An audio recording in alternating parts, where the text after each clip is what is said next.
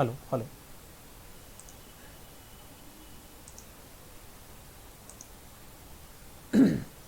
Good evening बच्चों, very very good evening.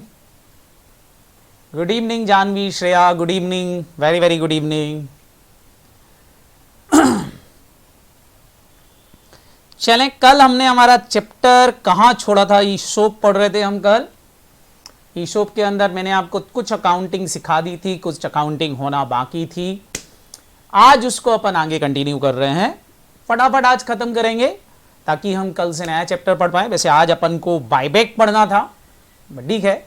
आपका कल मन नहीं हुआ कि सर बहुत हो गया, बीच में छोड़ दो, कल करा देना, तो आज कर लेते हैं। बिल्कुल अच्छा हूं दिया बेटा, आप कैसे हैं? Good evening. चलें तो स्टार्ट करते हैं बेटा। ईसोप वापिस से जितना हमने पढ़ा था उसको थोड़ा सा आगे बढ़ाते हैं, बचा हुआ पार्ट भी जल्दी से करते हैं। ईसोप क्या होता है, पहले एक फास्ट रिवीजन कल का हम पूरा ले लेते हैं। फास्ट रिवीजन मैंने आपको बताया था ईसोप क्या होता है, फटाफट सारे बच्चों को बताया है कि ईसोप मतलब जिसमें कंपनी अपने एम्प्लॉय को फ्यूचर में शेयर्स देने का वादा करती है, उसको हम क्या बोलते हैं बेटा? ईसोप करते हैं। दूसरी बात, ईसोप के अंदर बेटा मैंने आपसे बोला था कई तरह की लीगल टर्म्स होंगी, जैसे ग्रांट डेट। ग्रांट डेट वो डेट होती है जिस दिन कंपनी ने ईसोप ऑफर किया। उसके बाद मैंने आपको बढ़ाया था वेस्टिंग कंडीशन। वेस्टिंग कंडीशन वो होती हैं जो इंप्लॉय को फुलफिल करेंगी तो उनको शेयर्स मिलेंगे, that's a wasting conditions. Wasting condition दो तरह की बताई थी, एक सर्विस बेस और दूसरी परफॉर्मेंस बेस। सर्विस बेस मतलब पर्टिकुलर समय तक काम करना पड़ेगा, परफॉर्मेंस बेस मतलब उसको अपने परफॉर्म को बढ़ाना रहेगा। वेस्टिंग डेट वो डेट होती है जिस पर इंप्लॉय के पास राइट टू बाय का ऑप्शन आ जाता है कि वो शेयर्स खरीद सकता है। उसके बाद मैंने आपको बताया था वेस्टिंग पीरियड दो तरह का होता है, फिक्स और फ्लक्चुएटिंग।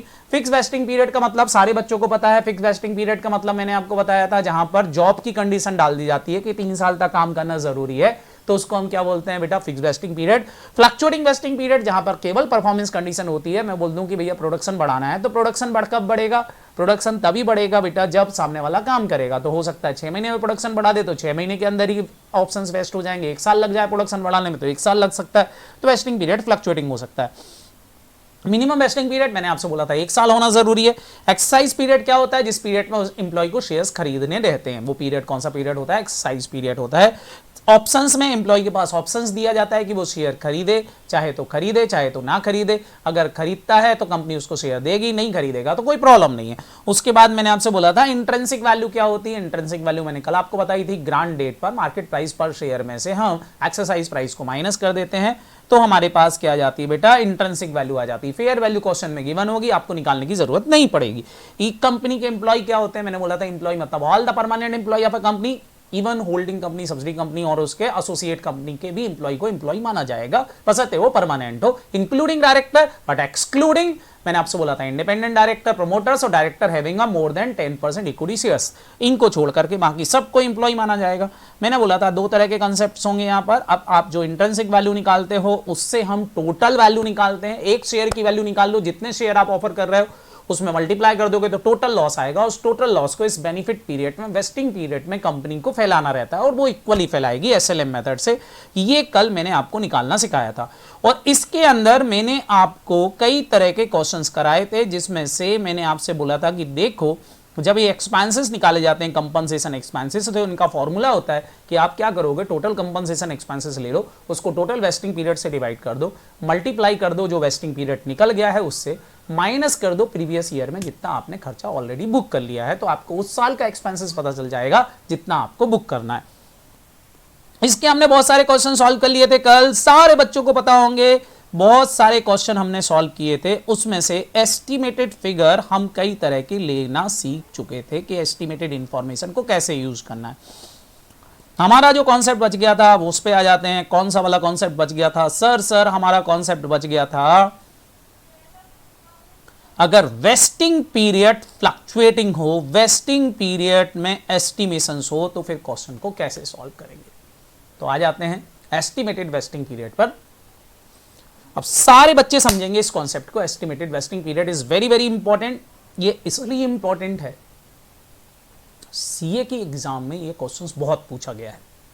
दूसरी बात, सीएस के एग्जाम में भी 2 बार आया था जब सीएस डिस्क्रिप्टिव हुआ करता था। तो हो सकता है आपके एग्जाम में भी आ जाए, आपके स्टडी मटेरियल में भी यही क्वेश्चन दिया है, तो आपके लिए जरूरी है कि ये क्वेश्चन आप एक बार सॉल्व करके जाएं।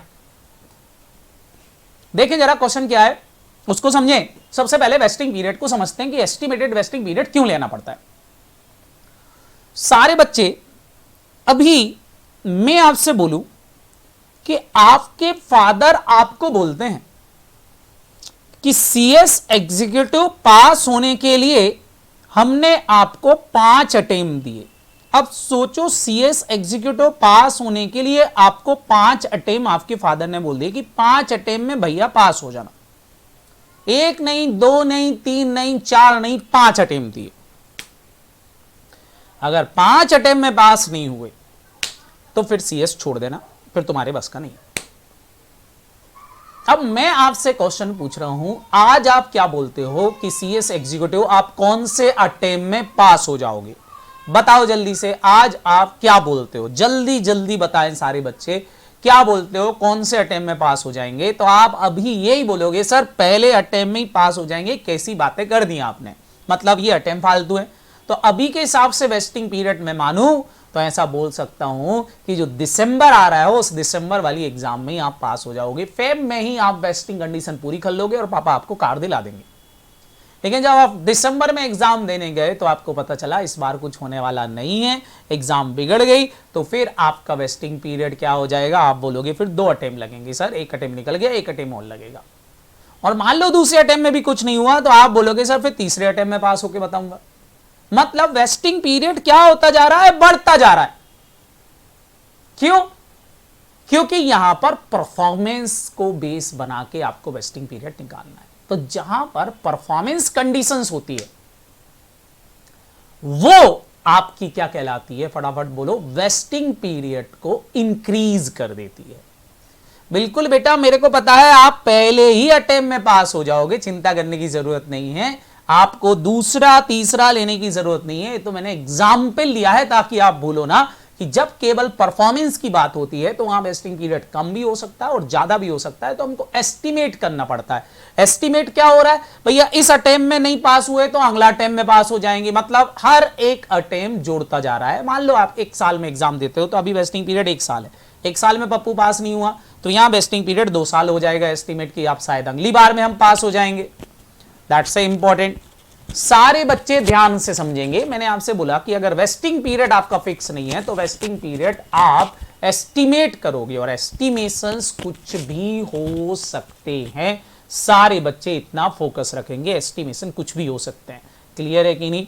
तो अब सारे बच्चे यहां पर इसको हम ओरिजिनल एग्जाम्पल पर लेते हैं। अब सारे बच्चे बताना, मैंने मान लो एम्प्लॉय को बोला है कि आपको कंपनी की अर्निंग को 13% से बढ़ाना है, 13% से अर्निंग बढ़ना चाहिए।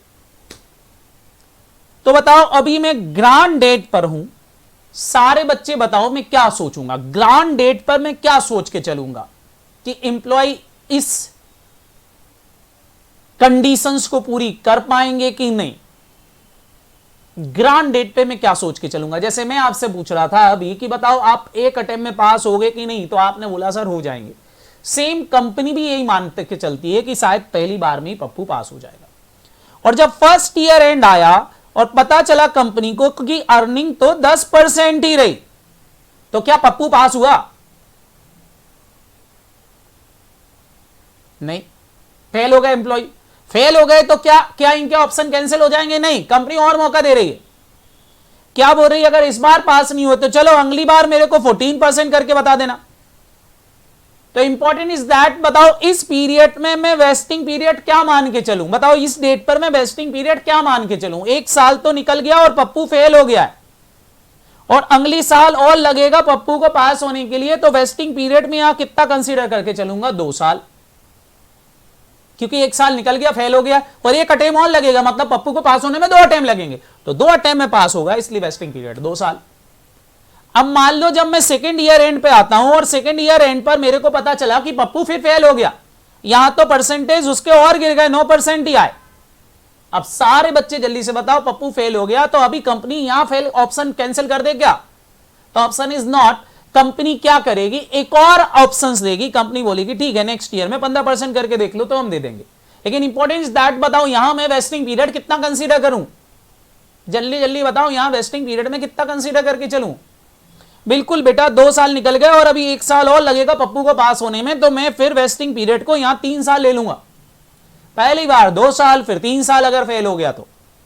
अब मान लो यहां भी थर्ड ईयर एंड पे आया और थर्ड ईयर एंड पे पता चला पप्पू के 14% आए, लेकिन क्या पास हुआ? 15% बोला था, 14 आए, क्या पास हुआ? नहीं हुआ। तो अब बताओ यहां वेस्टिंग पीरियड में कितना ले लूं? फटाफट बोलो। मैं सर यहां पर 4 साल ले लूंगा। अब नेक्स्ट ईयर और पप्पू को लास्ट एक और मौका दिया है कि भैया यहां 16% रिटर्न ले आना, और पप्पू यहां 17% रिटर्न ले आया। सारे बच्चे जल्दी से बताओ क्या पप्पू पास हो गया? हो गया। तो आपने जो सोचा था वो सही हो गया पिछली बार, मतलब फिर 4 अटेम्प्ट ही लगे तो 4 साल ही रहेंगे, 5 माह नहीं आएगा, क्योंकि यहां पप्पू पास हो चुका है। तो अटेम्प्ट बेटा यही रहेगा फिर। तो पहली बार 2 साल लेंगे, फिर 3 लेंगे, फिर 4, और अगर पास हो गया तो फिर 4 ही रहेंगे, फिर आगे जाने की जरूरत नहीं है। इस तरह से आपका वेस्टिंग पीरियड चलेगा। समझ में आ गया? डन। इशिता, जानवी, मयूर, फटाफट जल्दी से बता दो। सिद्धि, हिमांशी, गुड। दिया, very good. Ishita, very nice, समझ में आ गया, वेरी गुड बेटा, वेरी नाइस, वेरी नाइस। सबको समझ में आ गया तो बहुत अच्छी बात है। फटाफट हम एक इसका क्वेश्चंस कर लेते हैं कि क्वेश्चन कैसा आएगा। आप सारे बच्चे यहां ध्यान से देंगे। ये देखें, एक क्वेश्चन है कि वर्चुअल लिमिटेड ग्रांटेड 1 अप्रैल 2014 1 लाख एम्प्लॉय स्टॉक ऑप्शन। देखो क्वेश्चन में सीधा एम्प्लॉय स्टॉक ऑप्शन दे दिए, 1 लाख ऑप्शन दे दिए, सीधे नंबर ऑफ ऑप्शन गिवन है। कंपनी ने 1 लाख ऑप्शन ग्रांट किए एट द रेट ऑफ ₹40, 40 रुपए में। 40 रुपए मेरी कौन सी प्राइस हो गई? अब सारे बच्चे समझने लगे हैं। That price is exercise price या इशू प्राइस, जितने में हम शेयर इशू करेंगे। क्वेश्चन बोल रहा है इस समय when the market price is 60, इस समय मार्केट प्राइस 60 रुपए चल रही है। जल्दी से बच्चों मेरे को बता दो, एक्सरसाइज प्राइस चल रही है 40, मार्केट प्राइस पर शेयर क्वेश्चन बोल रहा है 60, इनके बीच का डिफरेंस क्या होगा? सर इंट्रिंसिक वैल्यू पर ऑप्शन, जिसको कि आप बोलते हो हमारे एक्सपेंसेस। कितने आ गए सारे बच्चे बताओ? खर्चा होने वाला है एक शेयर पर 20 रुपए का, तो 20 रुपए का नुकसान एक शेयर पर होगा। सबसे पहले हमने ये निकाल लिया, इतने में ही समझ में आ गया। अब that's a very very important, यहां से पढ़े क्वेश्चन। बोल रहे हैं these option will be vest at the end of the first year. Question यहां कुछ कंडीशन डाल रहा है कि फर्स्ट ईयर एंड कब आएगा? 2014 से स्टार्ट हुआ है, तो 31 मार्च 2015 मेरा फर्स्ट ईयर होगा। मैं यहां लिख रहा हूं 31 मार्च 2015 को हम वेस्टिंग पीरियड 1 साल ही मान लेंगे। क्वेश्चन बोल रहा है वेस्टिंग पीरियड 1 साल ही ले लेंगे। कब ले लेंगे? If the earning of virtual limited more than 15%, अगर अर्निंग, कंपनी की जो अर्निंग है,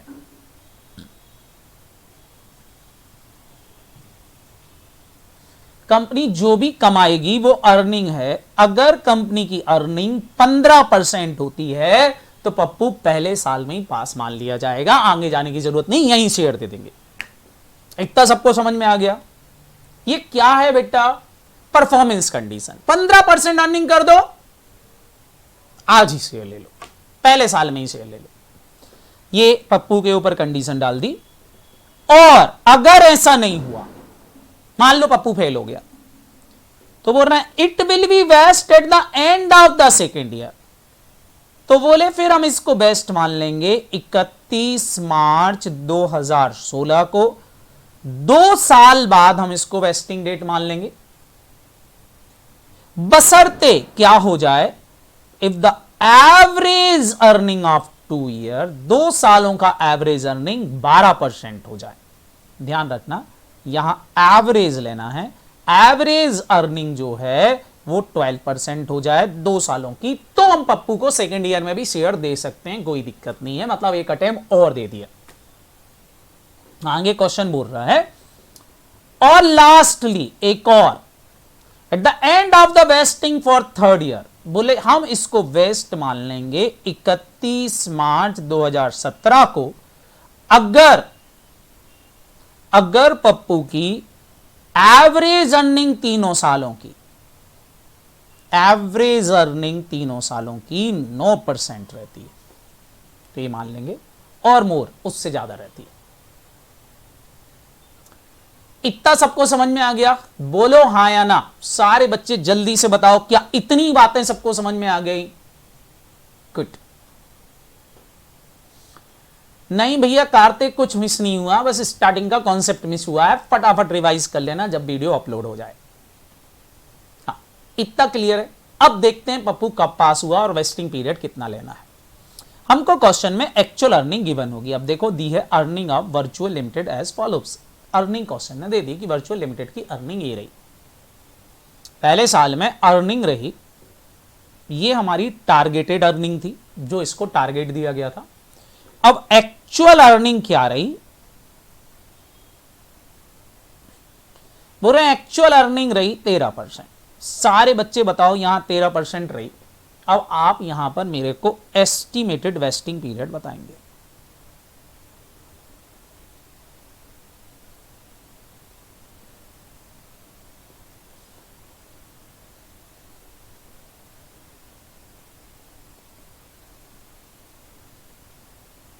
बताओ सारे बच्चे, जल्दी से बताओ, जल्दी जल्दी बताओ बेटा। क्या कर सकते शिवांश बेटा, जितने लोग हैं उतने ही पढ़ो, मेरे को क्या है, मेरे को तो पढ़ाना है, रिविजन्स करवाना है। फटाफट फटाफट बताओ जल्दी से। 2 ईयर, वेरी गुड। 2 ईयर क्यों? पहले तो बताओ पप्पू पास हुआ क्या? कंडीशन पूरी हुई। हमने कितने % लाने का बोला था पप्पू को? 15। पप्पू लाया कितना? 13। सारे ऑप्शन लैप्स कर दूं कि अभी और मौका देना है? जल्दी से बताए। पप्पू तो फेल हो गया, चलें सारे ऑप्शन यहां लैप्स कर दूं कि मौका देंगे? मौका देंगे, बिल्कुल। क्या मौका देंगे? कि शायद पप्पू अगले बार पास हो जाए। तो बताओ वेस्टिंग पीरियड कितना ले लूं? 1 साल तो निकल गया, पास नहीं हुआ, अभी 1 अटेम्प्ट और लेगा, आप ये सोचोगे। तो यहां वेस्टिंग पीरियड कितना लिया जाएगा बेटा? 2 ईयर लिया जाएगा, एस्टिमेटेड वेस्टिंग पीरियड। अब वेस्टिंग पीरियड हमारा चेंज हो गया, 2 साल लेंगे। दूसरे साल देखते हैं। दूसरे साल में अर्निंग बोल रहे हैं 9% रही, 9% रही। मेरे को तो एवरेज निकालना है यहाँ, तो एवरेज निकाल के देखते हैं पहले। तो एवरेज अर्निंग 2 सालों की, पिछले साल क्या थी? 13% थी पिछले साल, और इस साल की क्या रही है? 9%। एवरेज निकाल के देखते हैं। 13 + 9 डिवाइड बाय 2। सारे बच्चे बताओ कितने % आया? 11% लाया पप्पू। लाना कितना था? लाना कितना था? 12 लाया 11। बताओ क्या उसको पास मान लूं? नो, नहीं मानेंगे तो बस बेटा यहीं खत्म कर दूं, बोलूं पप्पू घर जाओ, कुछ नहीं होने वाला अब तुम्हारा, छोड़ दो सीएस। नहीं नहीं सर, क्या करना पड़ेगा? एक मौका और है उसके पास। तो अब एक मौका और है तो बताओ बेटा, 2 अटेम्प्ट तो फेल हो चुका है, 1 अटेम्प्ट और लगेगा, तो टोटल अटेम्प्ट कितने लग जाएंगे फिर उसको? 3। वेस्टिंग पीरियड 3 साल हो गया, क्योंकि 2 साल तो फेल हो चुका है, एक और लगेगा अभी, यही सोचोगे ना यहाँ। तो टोटल मिला के कितने अटेम्प्ट हो गए? 3। लास्ट ईयर का देखते हैं। लास्ट ईयर में 7% लेके आया, 7% लेके आया, तो यहां तो हमको एवरेज निकालना है। तो 13 + 9 + 7 डिवाइड बाय 3। सारे बच्चे जल्दी से बताओ कितने % अर्निंग आ रही है? सर 9.67%। लास्ट ईयर की 9.67 आई। जल्दी से बताओ पप्पू पास हुआ कि फेल हो गया? जल्दी बताएं, पप्पू पास हुआ कि फेल हुआ? बच्चों को बोला था कि भैया 9% लाना, वो 9% से ज्यादा ले आया। ओ माय गॉड, पप्पू पास हो गया। मतलब मैं आपसे पूछूं पप्पू कितने अटेम्प्ट में पास हुआ, तो आप बोलोगे सर 3 अटेम्प्ट में ही पास हुआ। तो वेस्टिंग पीरियड 3 साल ही रहेगा, आगे जाने की जरूरत नहीं। ये हमको कैलकुलेशंस करना पड़ेगी, एस्टिमेटेड वेस्टिंग पीरियड निकालना पड़ेगा, अगर क्वेश्चन में वेस्टिंग पीरियड डिफरेंट दिया होगा। बोलो यहां तक क्लियर है सबको? ओके। अब यहां हमारे दूसरी चीज निकालते हैं, जो हम निकालते थे नॉर्मल, वो सारे क्वेश्चन सॉल्व करेंगे। मतलब हमारे जो हम निकालते थे नंबर ऑफ ऑप्शंस, यहां एम्प्लॉय नहीं है, सीधे नंबर ऑफ ऑप्शंस ही दे दिए हैं, तो हम सीधे नंबर ऑफ ऑप्शंस देख लेते हैं। क्वेश्चन बोल रहा है कि ग्रांट किए थे 1 लाख ऑप्शन, तो हम यहां 1 लाख लिख लेते हैं। लेकिन क्वेश्चन में एक बात बता दी गई है कि पहले साल में, फर्स्ट ईयर में ही 6000 अनवेस्टेड ऑप्शन लैप्स हो गए थे। 31 मार्च 2015 में ही, पहले साल में ही 6000 ऑप्शन लैप्स हो गए थे। तो 1 लाख में से 6000 अब माइनस कर देंगे, क्योंकि ये लैप्स हो गए थे। तो सारे बच्चे बताओ अनवेस्टेड ऑप्शन लैप्स हो गए थे। अनवेस्टेड का मतलब है कि लोग जॉब छोड़ के चले गए होंगे, तो कितने नंबर ऑफ ऑप्शन पहले साल में कंसीडर करेंगे? 94। और ये एक्चुअल ऑप्शन दिए हैं, एस्टिमेटेड नहीं, इसलिए आगे के माइनस करने की जरूरत नहीं है। अब यहाँ 94 बचे थे। जब हम सेकेंड ईयर में आए तो क्वेश्चन और भी आगे बोल रहा था कि 5500 अनवेस्टेड ऑप्शन नेक्स्ट ईयर में लैप्स हो गए 2016 में। तो 5500 और माइनस कर दो यहां से बेटा। सारे बच्चे बताओ 5500 माइनस कर दोगे तो कितने बचेंगे? 88,500। बिल्कुल बेटा, इसकी कोई एंट्री नहीं होगी। जो ये अनवेस्टेड ऑप्शन लैप्स हो रहा है इनकी कोई अकाउंटिंग नहीं होगी, बस माइनस करके हटा देंगे इनको। अब बचे थे यहां पर 88,500 लास्ट ईयर में। लेकिन क्वेश्चन बोल रहा फाइनली 3000 और लैप्स हो गए लास्ट ईयर में, तो 3000 और माइनस कर देंगे इसमें से। सारे बच्चे बताओ 3000 और माइनस कर दोगे तो बचे कितने? सर 85,500 बचे। आगे ये ऑप्शन कौन से ऑप्शन कहलाते हैं? वेस्टेड, जिनको हमको इशू करना पड़ेगा। क्लियर?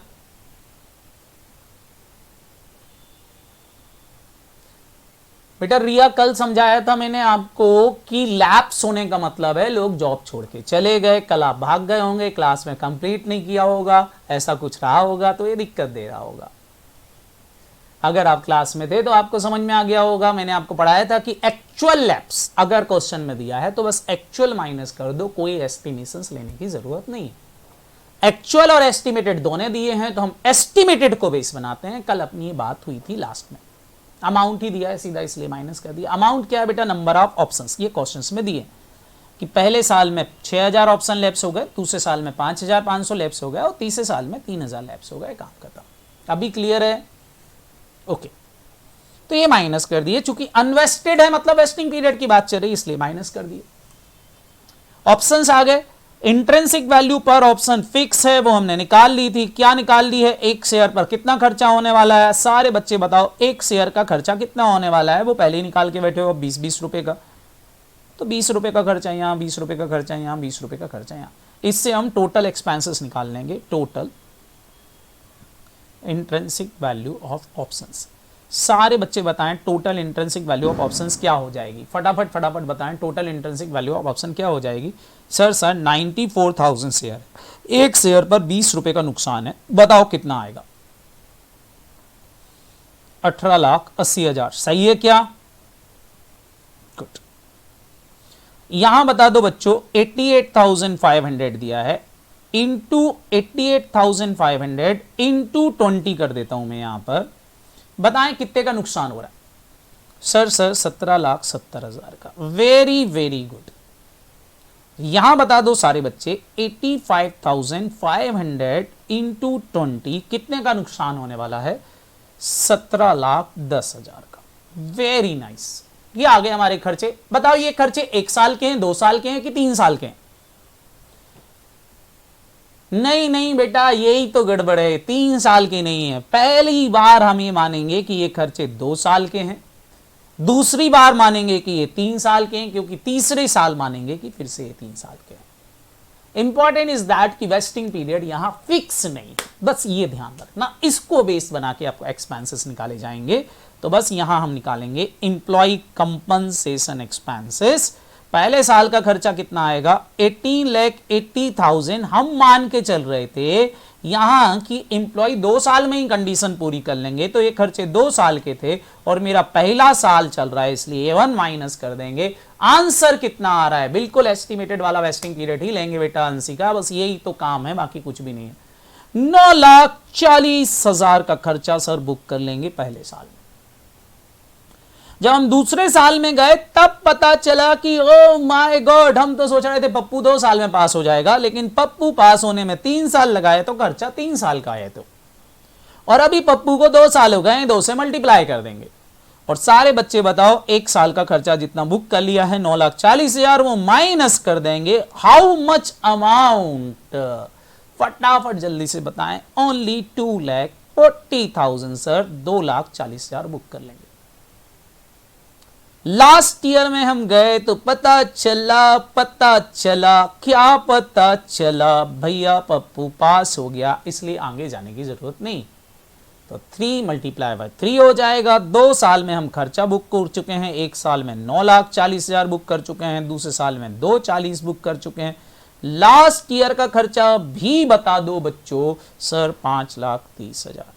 अब मेरे को इसकी जर्नल एंट्री सारे बच्चे बताएंगे, इन 3 साल की जर्नल एंट्री क्या होगी। आप सारे बच्चे फटाफट अगर याद हो, सारे बच्चों ने कल पढ़ा था, तो मेरे को जर्नल एंट्री बोलेंगे। क्या एंट्री होगी? Sir employee compensation expenses account debit to ESOP outstanding account.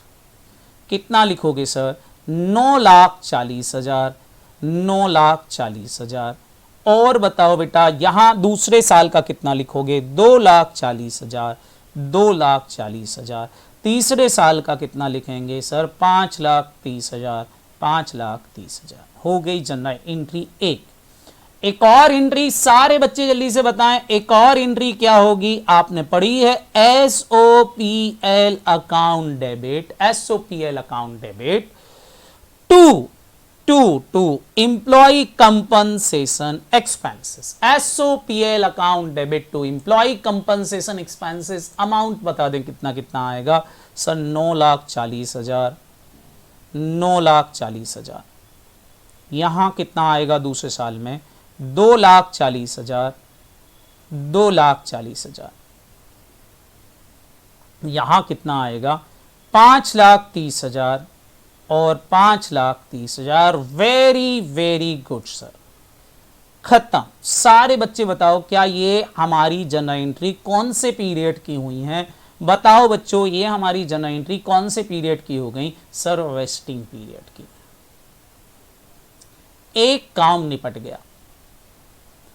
अब चलते हैं कौन से पीरियड में? एक्सरसाइज पीरियड में। तो एक्सरसाइज पीरियड में क्या होने वाला है सर? एक्सरसाइज पीरियड में बहुत कुछ होने वाला है बाबू, बहुत कुछ होने वाला है। पहले तो बताओ कितने ऑप्शन वेस्ट हुए थे? बताएं मेरे बच्चों कितने ऑप्शन वेस्टेड हैं? 85,500 ऑप्शन वेस्टेड है। इनको हमको शेयर देना है, 85,500 ऑप्शन हमको इशू करना है। तो हम एक्सरसाइज पीरियड में केवल देखते हैं लास्ट ईयर के वेस्टेड ऑप्शन कितने हैं। तो वेस्टेड ऑप्शन थे 85,500 लास्ट ईयर में, जो कंडीशन पूरी करके विजेता बने थे 85,500। इतने शेयर हमको इशू करना थे। इसमें से क्वेश्चन बोल रहा है कि एम्प्लॉय ने एक्सरसाइज किए केवल 85,000 ऑप्शन। ओहो, एम्प्लॉय ने ऑप्शन जो एक्सरसाइज करे, क्वेश्चन बोल रहा है कि एम्प्लॉय एक्सरसाइज ओनली 85,000। तो भैया बाकी का क्या हुआ होगा? सारे बच्चे बताओ, अगर एम्प्लॉय केवल 85,000 ऑप्शन ही एक्सरसाइज कर रहा है तो बाकी का क्या हुआ होगा? सर हमको पता है क्या हुआ होगा। बताओ क्या हुआ होगा? केवल मयूर आंसर दे रहा है, मोहम्मद दे रहा है, बाकी बच्चे कुछ नहीं बोल रहे। क्या हुआ होगा बताओ जल्दी से? 500 ऑप्शन का क्या हुआ होगा? बस मैं ये पूछना चाहता हूं। सर लैप्स हो गए होंगे। क्या हो गए होंगे? लैप्स हो गए होंगे। Very good. और ये कौन से ऑप्शन लैप्स हुए? अनवेस्टेड की वेस्टेड? वेस्टेड ऑप्शन लैप्स हुए हैं, इसलिए इसकी एंट्री होगी। कितने लैप्स हो गए होंगे? 500 लैप्स हो गए होंगे। क्लियर बच्चों? समझ में आया कि नहीं आया? बोलो, इतना सबको समझ में आया कि नहीं आया? फटाफट सारे बच्चे जल्दी से बता दो, समझ में आया कि नहीं आया? बोलो। हाँ, अब इसकी जर्नल एंट्री तो बहुत इजी है। इनकी अलग होगी, एक्सरसाइज करने वालों की इनकी अलग होगी। फटाफट इनकी एंट्री बता दो, 2 एंट्री और। पहले वाले की एंट्री क्या बताई थी? Bank account debit. बैंक को डेबिट करते हैं कौन सी प्राइस से? Exercise price. कितने रुपए रखी थी एक्सरसाइज प्राइस? सर 40 रुपए। फिर क्या लिखते हैं? ईसोप आउटस्टैंडिंग अकाउंट डेबिट। कौन सी वैल्यू सर? Intrinsic value. कितनी थी इंट्रिंसिक वैल्यू? 20 रुपए। 2 क्या लिखते हैं? Equity shares capital face value. Face value कितनी मान लें? 10 रुपए। डिफरेंस जो आएगा वो कहां चला जाएगा? सिक्योरिटी प्रीमियम में। कितना जा रहा सर? 50 रुपए। मल्टीप्लाई कर देंगे, जल्दी जल्दी बताओ कितने से मल्टीप्लाई कर दूं? 85,000 शेयर से। 85,000 से मल्टीप्लाई कर दो, हो गया काम तमाम इसका। लास्ट ईयर का बता दो बच्चों, लैप्स वाले की एंट्री क्या होगी? कुछ नहीं सर, इनके खर्चे जो हमने बुक कर रखे थे ईशॉप आउटस्टैंडिंग के नाम से 20 रुपए, वो ट्रांसफर कर देंगे जर्नलिज्म में। इंट्रेंसिक वैल्यू हमारी ईशॉप में होती है, उसको ट्रांसफर कर देंगे 20 रुपए को। कहाँ ट्रांसफर कर देंगे? 500 शेयर का ट्रांसफर कर दिया जर्नलिज्म में, काम खत्म। ये 2 एंट्री हो गई एक्सरसाइज पीरियड की। सारे बच्चे जल्दी से बताओ, क्या इन 2 जर्नल एंट्री में किसी को डाउट? फटाफट सारे बच्चे जल्दी से बता दो, काम खत्म करूं मैं, जल्दी से बोलें। डाउट हो तो बोलो फटाफट, नहीं तो आगे बढ़ूं मैं भाई। फटाफट बोलो, समझ में आ गया? Yes sir, S sir, S sir, very good, अच्छे से समझ में आ गया बेटा। जी सर, वेरी नाइस बच्चों, गुड डे। ये हुई बात हमारी, ये था मेन क्वेश्चन बेटा, जब वेस्टिंग पीरियड फ्लक्चुएटिंग होता है। तो अब आपके क्वेश्चन कंप्लीट है बेटा, वेस्टिंग पीरियड फ्लक्चुएटिंग वाले की। वेस्टिंग पीरियड अगर फ्लक्चुएटिंग है तो किस तरह से क्वेश्चन को सॉल्व करेंगे। अब आ जाते हैं, एक क्वेश्चन आपके लिए छोड़ रहा हूं मैं, एक और क्वेश्चन है यहां पर, होमवर्क छोड़ रहा हूं, आप लोग घर पे सॉल्व करेंगे इसको। अब इसके बाद आता है हमारा बेटा ESPP, employee stock purchase plan. Employee stock purchase plan. सारे बच्चे एम्प्लॉय स्टॉक परचेस प्लान को सॉल्व पढ़ेंगे, अभी अपन इसको डिस्कस करेंगे। मेरे को थोड़ा सा बेटा 2 मिनट काम है, कोई आया हुआ है, तो 2 मिनट मतलब 5 मिनट लगेंगे मेरे को। 5 मिनट में मैं आपको वापस से रीज्वाइन कर रहा हूँ। 5 मिनट का मैं आपको ब्रेक दे रहा हूँ, बहुत जल्दी ब्रेक दे रहा हूँ। 5 मिनट का ब्रेक है, 5 मिनट के बाद बेटा अपन वापस से मिल रहे हैं यहाँ पर, और ESPP पढ़ेंगे। एकदम नया कॉन्सेप्ट है, समझ में आएगा, और ये सबसे ज्यादा एग्जाम में पूछा जाता है। 5 मिनट रुक जाए बच्चों आप।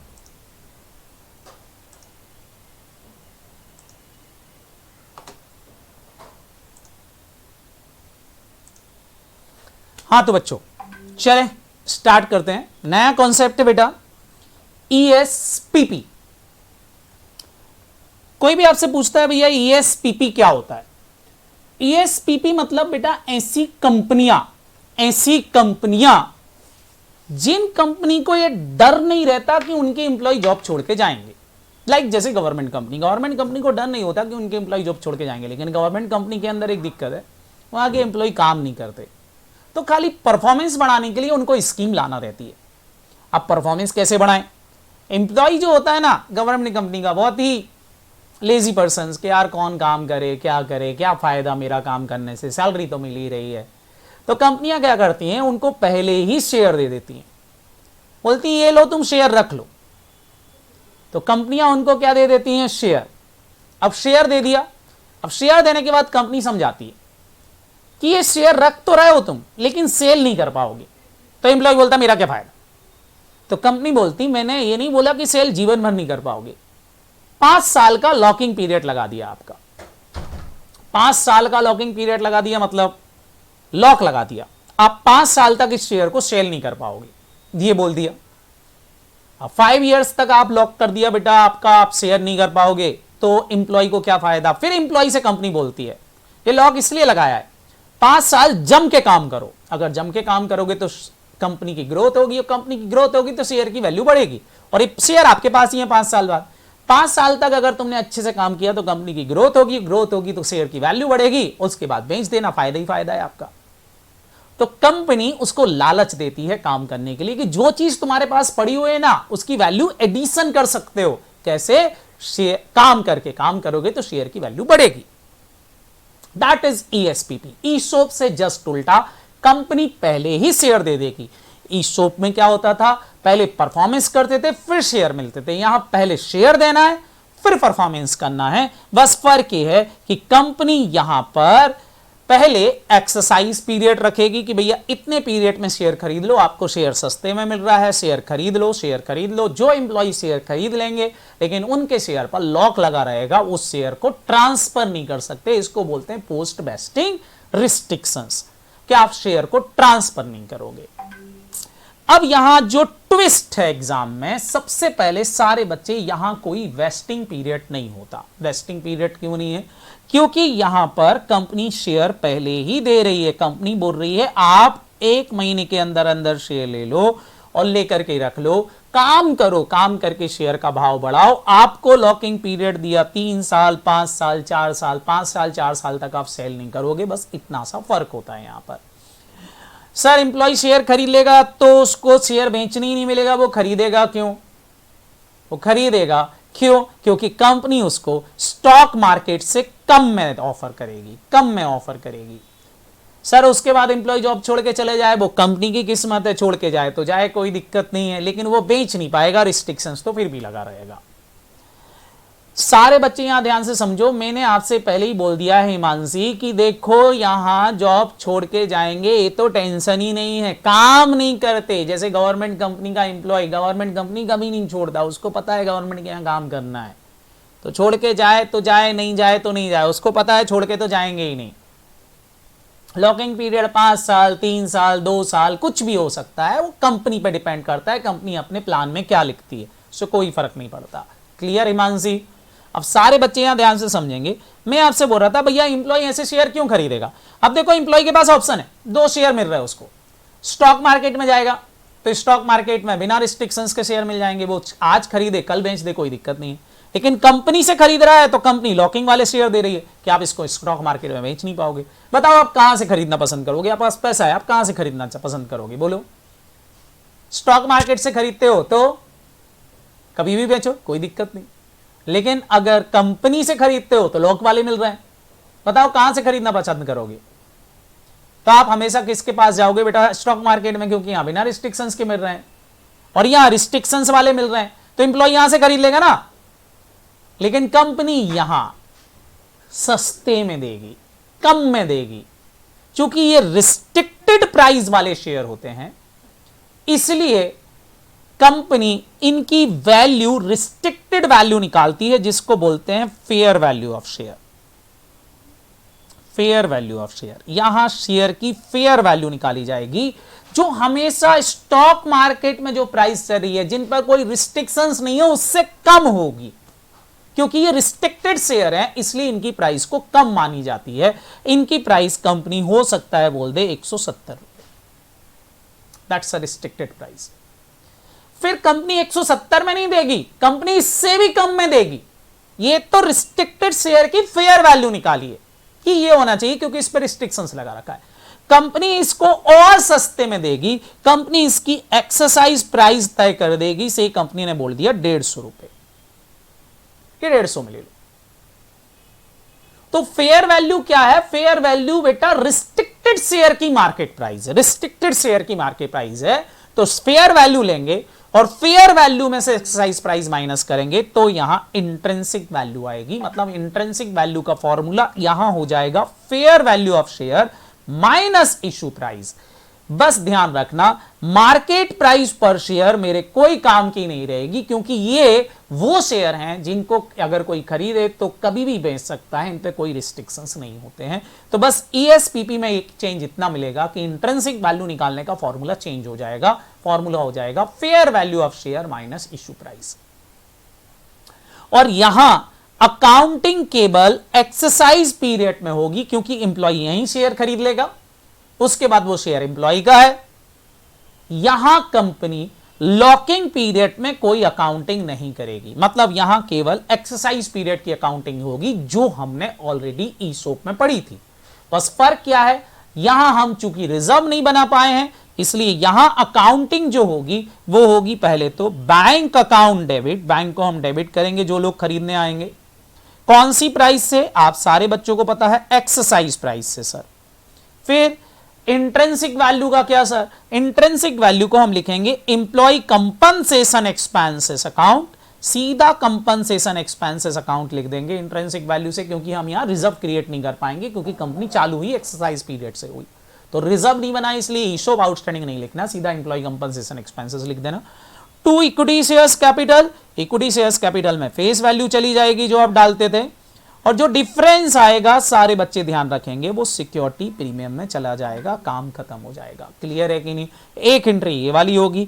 दूसरी एंट्री, ये जो कंपनसेशन एक्सपेंसेस निकाले हैं आपने यहां डेबिट किए हैं, ये ट्रांसफर हो जाएंगे P&L में। एंट्री हो जाएगी SOPL account debit to employee compensation expenses. काम खत्म। ये दो एंट्रियां डालना है। इन दो एंट्री डालने के एग्जाम में 4 नंबर मिलेंगे और इसके आने के चांसेस ज्यादा होते हैं क्योंकि आपका पेपर 60 नंबर का है। तो छोटा क्वेश्चन जनरली वो ये वाला दे देते हैं, इसलिए इस पे ज्यादा फोकस रखना। बस यहां ध्यान रखने वाली बात यह है कि आप सारे बच्चों यहां पर जब ये आप लगाओ फॉर्मूला तो इंट्रिंसिक वैल्यू में फेयर वैल्यू ऑफ शेयर लेना, क्योंकि ये रिस्ट्रिक्टेड शेयर की फेयर वैल्यू है और ये कम होगी, मार्केट प्राइस के बराबर नहीं मानती कंपनी।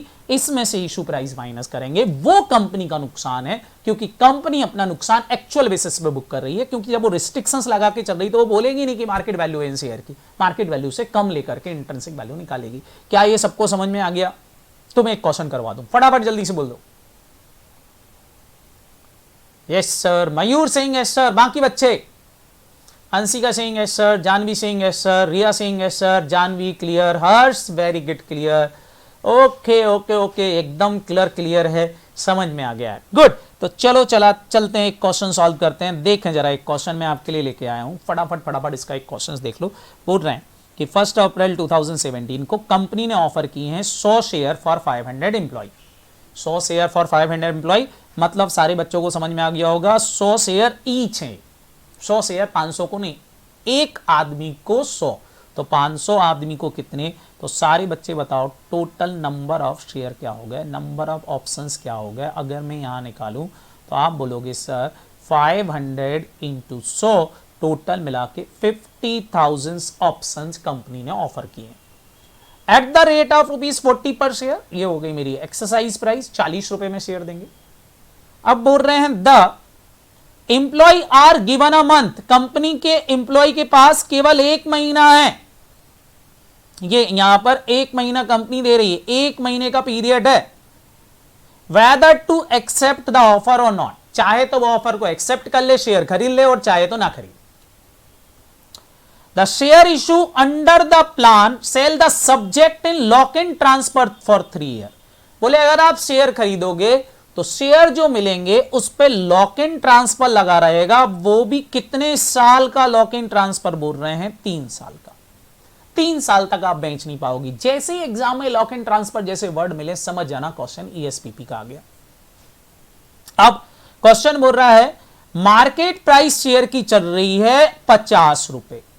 सारे बच्चे बताओ ये 50 रुपए जो मार्केट में चल रही होगी ये तो बिना रिस्ट्रिक्शंस वाले शेयर की प्राइस होगी, तो ये मेरे कोई काम की नहीं है। Due to post vesting restriction on transfer the fair value of share should be under this plan is estimated at ₹48। बोल रहे हैं पोस्ट वेस्टिंग रिस्ट्रिक्शन के कारण यहां शेयर की फेयर वैल्यू मानी गई है, फेयर वैल्यू ऑफ शेयर मानी गई है। कितनी मानी गई है? 48, जो कि मार्केट प्राइस से कम है। देखो मार्केट प्राइस 50 थी, यहां 48 मानी गई। 48 वाला शेयर कंपनी कितने में दे रही है? एक्सरसाइज प्राइस क्या रखी है कंपनी ने? ऊपर बोली थी कितने रुपए रखी है? 40 रुपए में शेयर देगी। इससे भी कम में दे रही है तब तो इंप्लॉय खरीदेंगे। 48 में दे रही तो क्यों खरीदेगा? बोलेगा रिस्ट्रिक्शंस के साथ 48 में दे रहा है, उससे अच्छा 50 में वहां से खरीद लूंगा। कंपनी इससे भी कम में दे रही है, 40 रुपए में दे रही है। तो सारे बच्चे बताओ कंपनी को नुकसान कितने का है? इंट्रिंसिक वैल्यू पर ऑप्शन क्या हो गई बेटा? 8 रुपए। तो ये आ गई मेरी इंट्रिंसिक वैल्यू पर शेयर 8 रुपए। बताओ बच्चों क्या है, सबको समझ में आ गया? आगे पढ़ें। क्वेश्चन बोल रहा था 30 अप्रैल को, लास्ट डेट पर 30 अप्रैल, 1 महीने के अंदर ही पता चला 400 इंप्लॉय ने ऑफर एक्सेप्ट कर लिया। सारे बच्चे बताओ 400 इंप्लॉय ने ऑफर एक्सेप्ट किया मतलब कितने शेयर बिके? हमने 50 का सोचा था, 50 बिकेंगे। बताओ 400 इंप्लॉय खरीदने आए हैं। वेरी गुड बेटा, एक इंप्लॉय को 100 शेयर, इस हिसाब से 40,000 शेयर भैया इंप्लॉय खरीदेगा। 40,000 शेयर इंप्लॉय खरीदेगा। अब बच्चों जल्दी से मेरे को जनरल एंट्री डालना है। 40,000 शेयर की डालूं कि 50,000 शेयर की डालूं? तो भले हमने 50,000 शेयर ऑफर किए थे, अकाउंटिंग केवल 40,000 की होगी और यहां कोई लैप्स एप्स की अकाउंटिंग नहीं होगी क्योंकि कुछ एंट्री हुई नहीं है।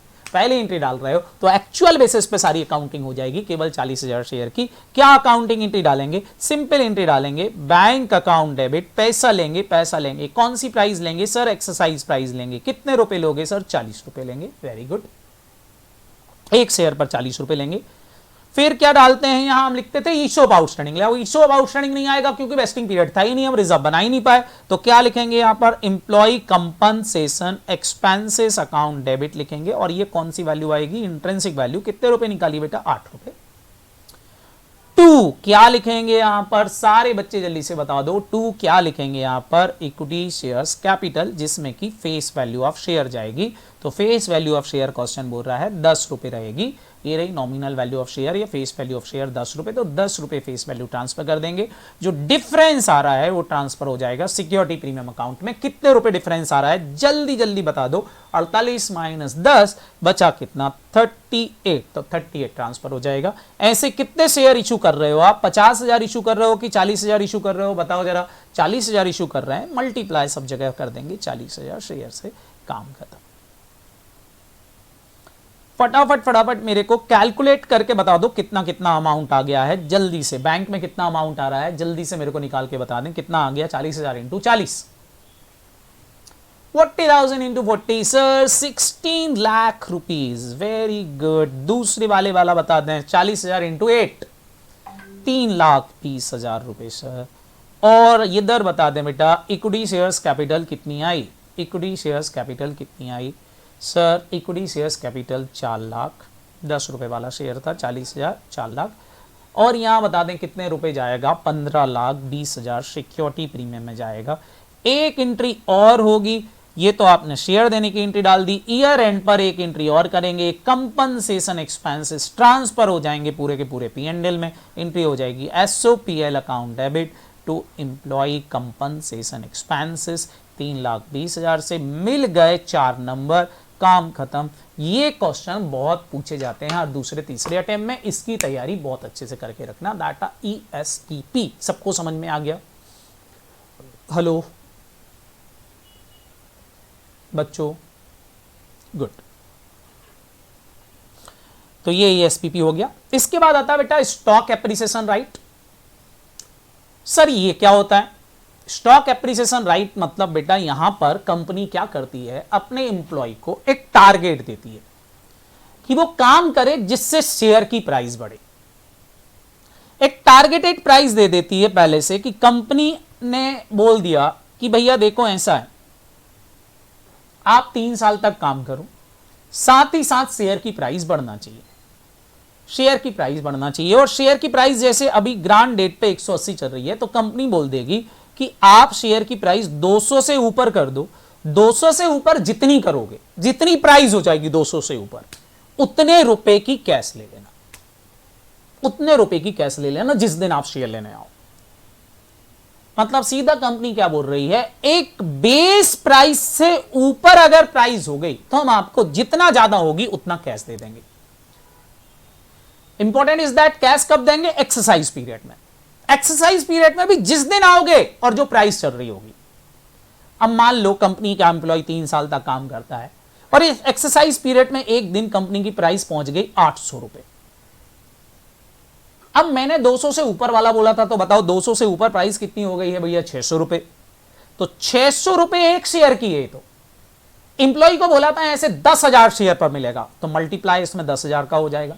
तो करना जरा 600 इंटू 10,000 करना। एक आदमी को मान लो 10,000 शेयर की वैल्यू के बराबर का बोला था। सर 600 इंटू 10,000 इक्वल टू, जल्दी जल्दी बोलो, 60 लाख रुपए बोल रहे हैं बच्चे। 60 लाख रुपए। तो 60 लाख रुपए एक इंप्लॉय को मिलेगा। और यहां जब वो आएगा तो उसको 60 लाख रुपए के शेयर नहीं मिलेंगे।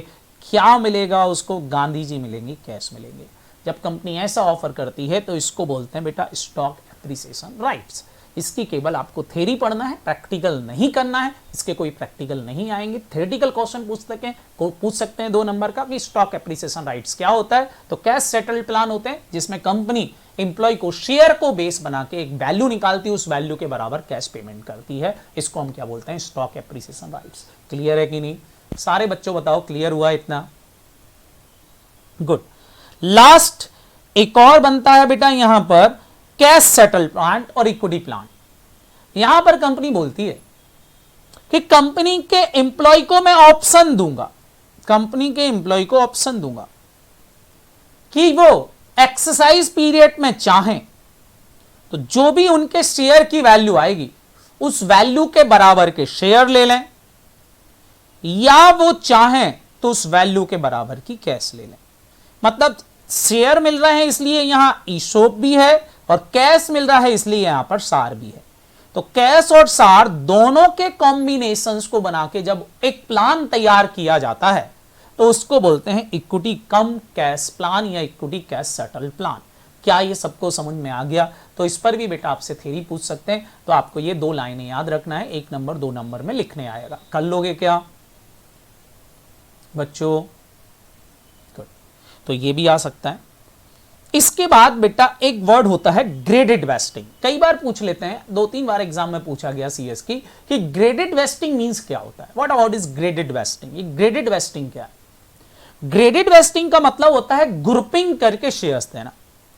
सर ग्रुपिंग करके शेयर देना मतलब ये, जैसे फॉर एग्जांपल आपने ईशॉप पढ़ा था, ईशॉप के अंदर कंपनी ने अपने एम्प्लॉय को ऑफर किया कि एक एम्प्लॉय को 100 शेयर मिलेंगे, 100 शेयर देंगे, एक एम्प्लॉय को 100 शेयर लेने का अधिकार रहेगा, बशर्ते वो 3 साल तक काम करे, बशर्ते वो 3 साल तक काम करे। अब सारे बच्चे बताओ उसको कितने साल तक काम करना है तब जाके उसको शेयर मिलेंगे। जल्दी से बताओ कितने साल तक काम करना है? 3 साल तक काम करेगा तो उसको शेयर मिलेंगे। तो ये 3 साल का पीरियड कौन सा पीरियड कहलाता है? वेस्टिंग पीरियड, हमको पता है। तो एम्प्लॉय को मजा नहीं आता, बोलते यार 3 साल तक कौन वेट करेगा। आजकल लोगों को बहुत जल्दी, सब चीजें जल्दी में चाहिए। जब आपके पास बहुत सारा समय था, मैं बोलता था पढ़ लो पढ़ लो पढ़ लो, तो बोले अभी तो बहुत समय है, कौन पढ़ेगा। अब जल्दी चाहिए। यूट्यूब में शॉर्ट वीडियो चाहिए, शॉर्ट वीडियो भले कुछ समझ में नहीं आए लेकिन हाँ चाहिए, तो वो दिक्कत हो जाती है। तो हम क्या करें सर? तो वैसे ही एम्प्लॉय हैं, यहां भी शॉर्ट में बोलते 3 साल तक कौन वेट करेगा। तो कंपनी क्या करती है, इसको ग्रेडेड कर देती है। ग्रेडेड कर देती है मतलब बोलती है कंपनी कि अगर 1 साल तक काम कर लिया, पहले साल पूरा कंप्लीट काम कर लिया, तो चलो तुमको 40 शेयर यहीं दे देंगे, 40 शेयर ले लेना यहां। फिर दूसरा ग्रेड कर देगी कि 2 साल तक काम करेंगे जो लोग, तो उनको हम 30 शेयर और दे देंगे, और जो 3 साल तक काम करेंगे तो उनको 30 शेयर यहां दे देंगे। मतलब देना 100 ही है लेकिन ग्रेडेड कर दिया। ग्रेडेड मतलब रेशो में शेयर्स दे देंगे, कुछ स्टार्टिंग से देना चालू कर देंगे। बोले 1 साल बाद 40 खरीद लो, 2 साल बाद 30 खरीद लो, 3 साल बाद 30 फिर से खरीद लेना। तो ऐसे में एम्प्लॉय को लगता है यार वाह कुछ ना कुछ आ रहा है, कुछ ना कुछ आ रहा है, और फ्यूचर में आएगा और फ्यूचर में आएगा, तो एम्प्लॉय और अच्छे से काम करता है। इसको बोलते हैं ग्रेडेड वेस्टिंग। क्या बोलते हैं इसको? Graded wasting. क्लियर है कि नहीं? लालच, बिल्कुल, दैट्स अ ग्रेडेड वेस्टिंग। हो सकता है आपको ग्रेडेड वेस्टिंग पूछ लें कि ग्रेडेड वेस्टिंग होता क्या है, तो पता होना चाहिए। इसके बाद एक क्वेश्चन उठता है, क्या सर ईसॉप को मॉडिफाइड किया जा सकता है, चेंज किया जा सकता है? बिल्कुल बेटा, कंपनी चाहे तो ईसॉप को मॉडिफिकेशंस कर सकती है।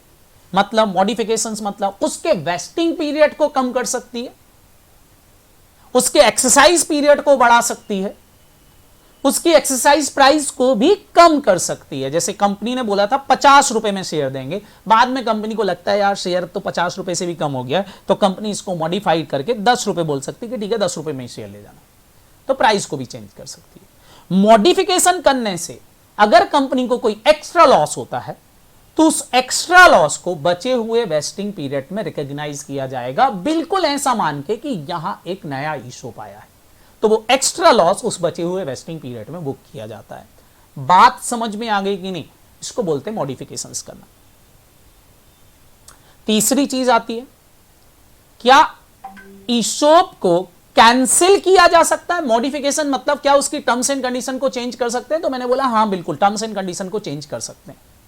उसके वेस्टिंग पीरियड को बढ़ाया जा सकता है, सॉरी वेस्टिंग पीरियड को कम किया जा सकता है, एक्साइज पीरियड को बढ़ाया जा सकता है। जो एम्प्लॉय के हित में है कंपनी वो सब कर सकती है, एम्प्लॉय का बेनिफिट्स होना चाहिए।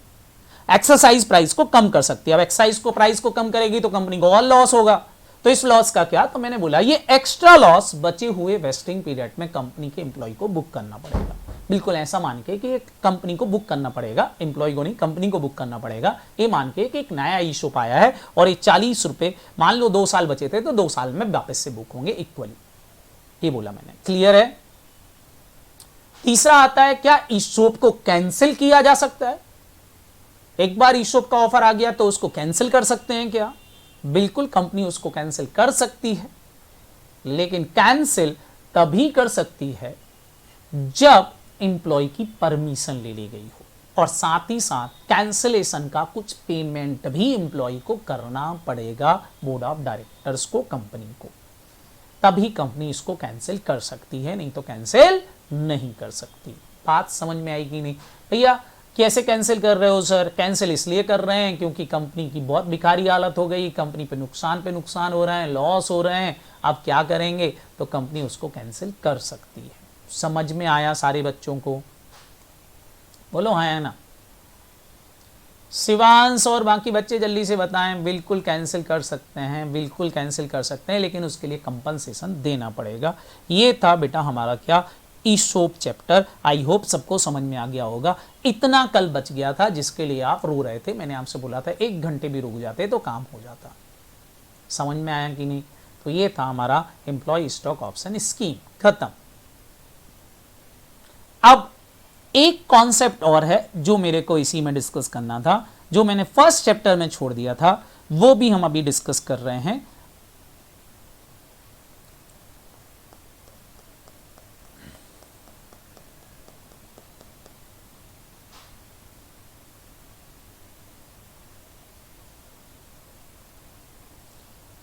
क्या शेयर डिस्काउंट पर इशू हो सकते हैं।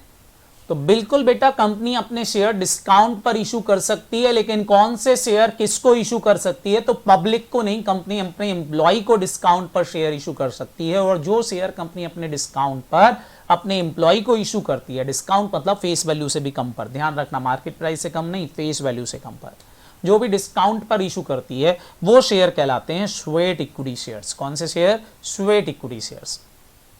सर ये स्वेट इक्विटी शेयर्स क्या होते हैं, तो स्वेट इक्विटी शेयर्स बेटा एक ऐसा शेयर है जो कंपनी के अंदर एम्प्लॉय के पसीना बहाने के कारण कंपनी की वैल्यू में जो एडिशन हुआ है, उस वैल्यू एडिशन के लिए कंपनी अपने शेयर्स दे करके एम्प्लॉय को कंपनसेट करती है कि चलो तुमने अच्छा काम किया जिससे कंपनी की वैल्यू में एडिशन हुआ है, चलो तुम्हारा भी भला करते हैं, तुमको कुछ शेयर दे देते हैं और सस्ते में दे देते हैं या फ्री ऑफ कॉस्ट दे देते हैं।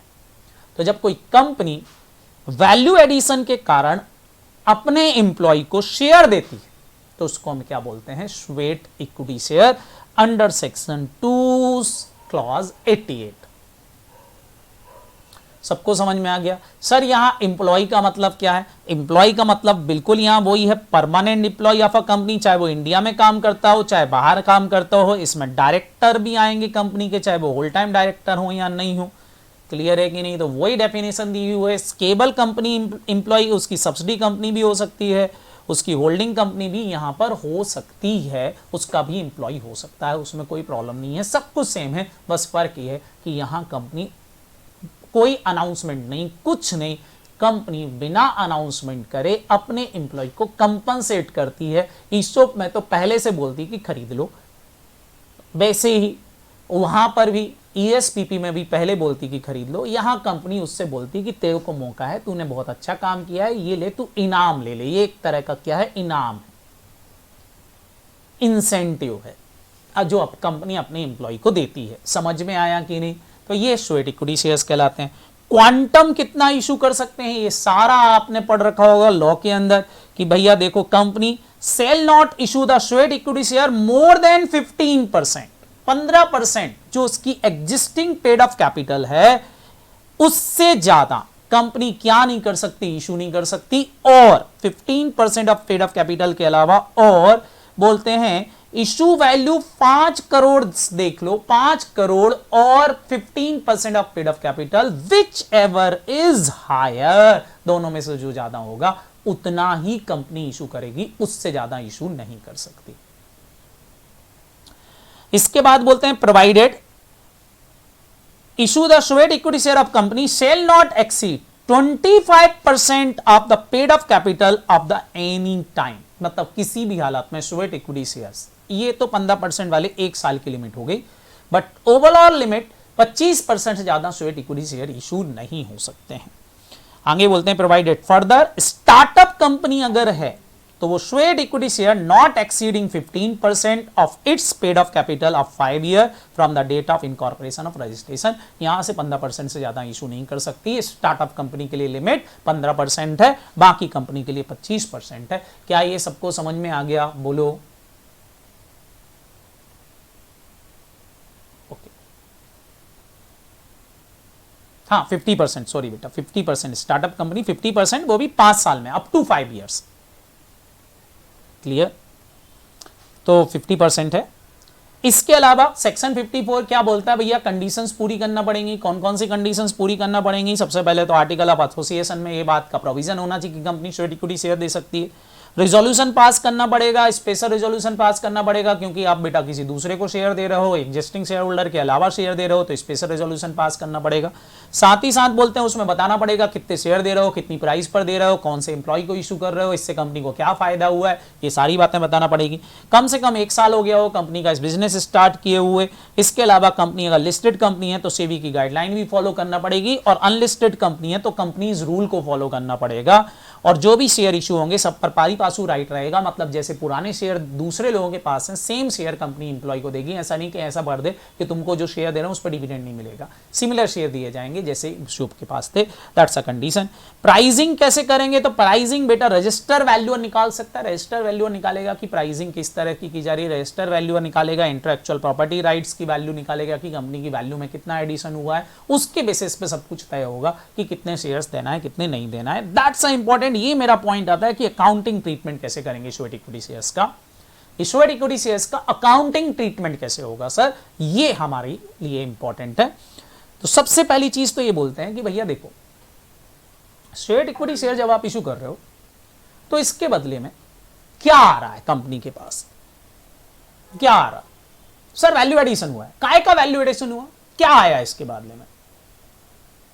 तो बोले जो भी आया है इसके बदले उस चीज को आप रिकॉर्ड करोगे, जो असेट आई है उस चीज को रिकॉर्ड करोगे। जैसे इंप्लॉय से कोई इंपॉर्टेंट इंफॉर्मेशन मिली है इसलिए स्वेट इक्विटी शेयर दे रहा हो, उस इंपॉर्टेंट इंफॉर्मेशन के किस कारण शेयर की इंफॉर्मेशन के कारण कंपनी की वैल्यू में एडिशन हुआ है, तो फिर हम एंट्री डालेंगे नो हाउ अकाउंट डेबिट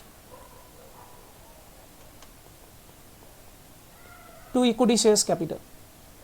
तो नो हाउ अकाउंट को डेबिट करेंगे, जो भी चीज आई उसको आप रिकॉर्ड करोगे, डेबिट करोगे, और इसको धीरे धीरे अमोर्टाइज भी करोगे, डेप्रिसिएशन भी लगाओगे अगर ये कोई नॉन मॉनिटरी आइटम है, मतलब फिक्स असेट जैसा ही है, चाहे वो टेंजिबल हो चाहे वो इंटेंजिबल हो। तो जो आया है उसको डेबिट करोगे, बदले में शेयर दोगे।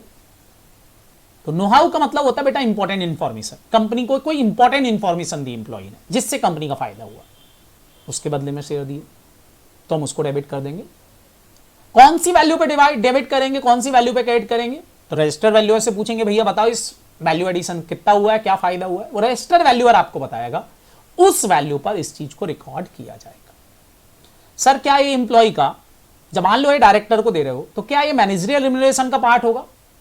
तो मैनेजरियल रिम्यूनरेशन का पार्ट के लिए सेक्शन 197 198 देख लो, वहां साफ साफ लिखा था कि कंपनी के एम्प्लॉय को कुछ भी देता है, चाहे मॉनिटरी चाहे नॉन मॉनिटरी, सब कुछ डायरेक्टर्स आपको जो मिलता है सब कुछ, एनीथिंग, सब कुछ मैनेजरियल रिम्यूनरेशन का पार्ट होता है, एक्सेप्ट, वहां लिखा था एक्सेप्ट, क्या क्या नहीं होगा, तो वहां साफ साफ बोला था सिटिंग फीस। सिटिंग फीस जो है वो मैनेजर रिम्यूनरेशन के अलावा हो सकती है।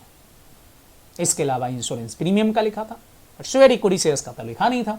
तो अगर आप दे रहे हो तो ये डायरेक्टर साहब के मैनेजर रिम्यूनरेशन का पार्ट माना जाएगा। That's important. क्लियर है कि नहीं? तो ये हमारे लिए इंपॉर्टेंट है। सर फिर इस कंपनी की असेट का क्या करेंगे, कैसे इसको रिकॉग्नाइज करेंगे? तो जो असेट आप रिकॉर्ड कर रहे हो उसका अकाउंटिंग स्टैंडर्ड होगा, उस अकाउंटिंग स्टैंडर्ड के हिसाब से उसकी आगे की अकाउंटिंग होगी। जैसे टेंजिबल असेट है तो अकाउंटिंग स्टैंडर्ड 10 लगेगा, इंटेंजिबल है तो 26 लगेगा, कोई इन्वेस्टमेंट वगैरह है तो 13 लग जाएगा। तो जैसी असेट वैसा अकाउंटिंग स्टैंडर्ड होगा, उस अकाउंटिंग स्टैंडर्ड के हिसाब से उसकी अकाउंटिंग होगी। ऐसा कौन बोलता है बेटा? हमारा अकाउंटिंग रूल्स। तो ये आपको याद रखना है। बिल्कुल बेटा, जो आपने पढ़ रखी सिटिंग फीस बिल्कुल सही है। इसके बाद आता है बेटा डिस्क्लोजर। डायरेक्टर्स आपको इसका डिस्क्लोजर भी देना पड़ेगा अपनी रिपोर्ट में कि कितने शेयर्स दिए हैं, कितने नंबर ऑफ शेयर हमने इशू किए हैं, किसको इशू किए हैं, जस्टिफिकेशंस देना पड़ेगा वैल्यूअर रिपोर्ट के साथ में कि देखो वैल्यूअर ने रिपोर्ट बताई थी, इसके बदले में कंपनी को इसलिए इतना फायदा हुआ है, इसलिए इतने शेयर दिए। ये सारी बातें उसको अपनी डायरेक्टर रिपोर्ट में दिखाना ही पड़ेगी। तो एग्जाम में स्वेट इक्विटी शेयर्स पर सारे बच्चे ध्यान रखेंगे, ये थियोरेटिकल बात आएगी, आपकी स्टडी मटेरियल में दी हुई है, पूछा ही जाएगा, इसलिए इसको ही पढ़ के जाए। क्लियर है? ये भी ईसोप के जैसा ही है। समझ में आ गया सबको? यहां भी अकाउंटिंग क्या होगी? तो मैंने बोला जो भी असेट आई है उसको हम डेबिट करेंगे, जितना डिस्काउंट दिया है उसको एम्प्लॉय कंपनसेशन एक्सपेंसेस के नाम से लिख लेंगे, असेट अकाउंट डेबिट करेंगे, एम्प्लॉय कंपनसेशन डेबिट करेंगे। टू इक्विटी शेयर्स कैपिटल, आपको पता है इक्विटी शेयर्स कैपिटल में तो फेस वैल्यू जाती है, तो ये एंट्री हो जाएगी, काम खत्म हो जाएगा। डिस्काउंट वर्ड नहीं लिखना है, एम्प्लॉय कंपनसेशन एक्सपेंसेस लिखेंगे। और ये एम्प्लॉय कंपनसेशन एक्सपेंसेस कहाँ चले जाएंगे? सारे बच्चों को पता है एसओपीएल में, तो एसओपीएल अकाउंट डेबिट होकर के एम्प्लॉय कंपनसेशन एक्सपेंसेस P&L में चले जाएंगे, काम खत्म हो जाएगा। ये हो गया बेटा हमारा स्वेट इक्विटी शेयर की अकाउंटिंग। इस तरह से अकाउंटिंग होगी, काम खत्म। कर लोगे क्या बच्चों? हेलो, खत्म। तो ये था बेटा हमारा डे 4 खत्म। अब जो हम आप स्टार्ट करने वाले हैं दैट्स अ डे 5। डे 5 हमारा कौन सा है? आप सारे बच्चों को पता है, जो हम पढ़ने वाले हैं आज एक नया चैप्टर। कौन सा वाला? पहली वाली एंट्री बीइंग शेयर इशूड। यहां सिक्योरिटी प्रीमियम नहीं आएगी क्योंकि डिस्काउंट पे शेयर देते हैं फेस वैल्यू से कम पर। तो मान लो असेट आई 8 रुपए की, शेयर गया 10 रुपए का, तो 2 रुपए एम्प्लॉय कंपनसेशन एक्सपेंसेस लिख देंगे। तो आज हम जो स्टार्ट करने वाले हैं हमारा डे 5। तो आ जाते हैं बेटा डे 5 पर। सारे बच्चे जल्दी से डे 5 की अब हम अकाउंटिंग सीखें।